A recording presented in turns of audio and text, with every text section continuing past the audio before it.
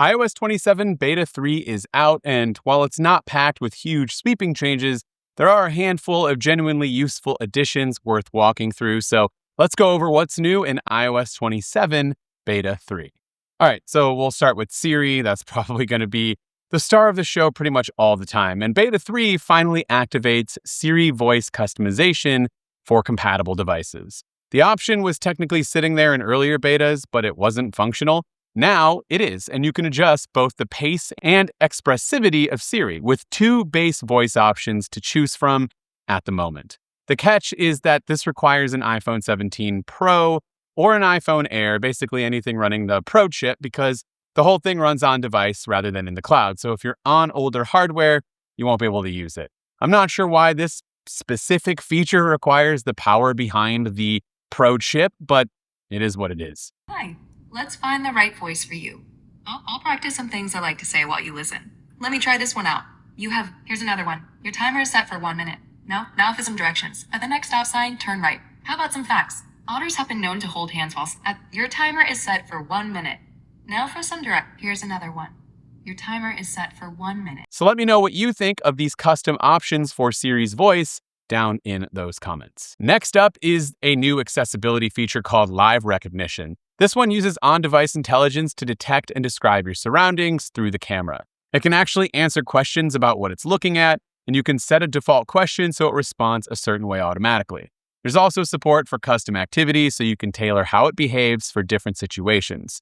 The Reminders app picked up an updated icon in this beta, now supporting liquid glass to-do list bullets to match the broader design language that Apple has been kind of quietly rolling out across the system. Over in Photos, there's a new Show Rating Controls toggle tucked into the Photos section of the Settings app.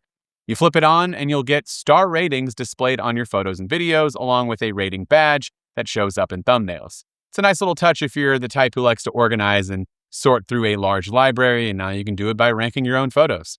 Control Center gets a practical little upgrade too. You can now see details about your cellular connection, even while you're connected to Wi-Fi. I always hated that whenever Wi-Fi comes on, you see your network name, but you don't know if you have 5G or LTE. So that means signal strength is now at a glance, so you're able to see what you have quickly. For the shortcuts crowd, Apple added a setting that lets you choose what you see when you create a new shortcut.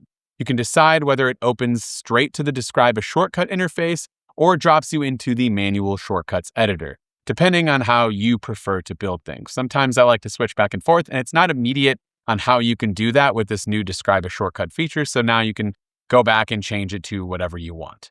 There's also a fun little wallpaper tweak. So this one's kind of interesting. It almost looks like it's a bug, but maybe not. So when you swipe down in the notification center, a cutout of the subject of your wallpaper starts to animate over top of your home screen or whatever app that you're currently in. And then once you fully get down to the bottom, the rest fills in. It's purely cosmetic, but it's a cool little effect, honestly. AirPods users get something worth noting as well. The adaptive setting now includes a slider that lets you lean more towards either transparency or more towards noise cancellation, giving you a little bit finer control over your adaptive transparency option. A quick one on the Home app, Apple clarified that now Apple Intelligence features in the Home app will require a 2 GB iCloud Plus plan. So that's the storage tier that you're going to need in order to be able to take advantage of them. In the Maps app, Apple added a tooltip to clear up some confusion. A lot of people thought route preferences had been removed, but it hasn't. The tooltip now makes it clear that you can still access them by tapping under the Options interface when you're getting directions. On the lock screen, the Control Center buttons now use black icons instead of white ones that could get lost against certain wallpapers, so they're just a bit more legible depending on your background. And finally, a quick regional note, 5G Plus is now available in India on supported carriers. So that's the rundown of what's mostly new here in iOS 27 Beta 3. Again, nothing earth-shattering. You finally get the Siri customization being live, and there's some smaller kind of quality of life improvements and cleaned up things throughout the rest of the OS. And surely as the new betas keep rolling out, we will see more and more new features. So be sure to subscribe to the channel so you don't miss that as we head towards our official September launch. This has been Dan with MacRumors. Thanks so much for watching, and I look forward to seeing you around in the next video.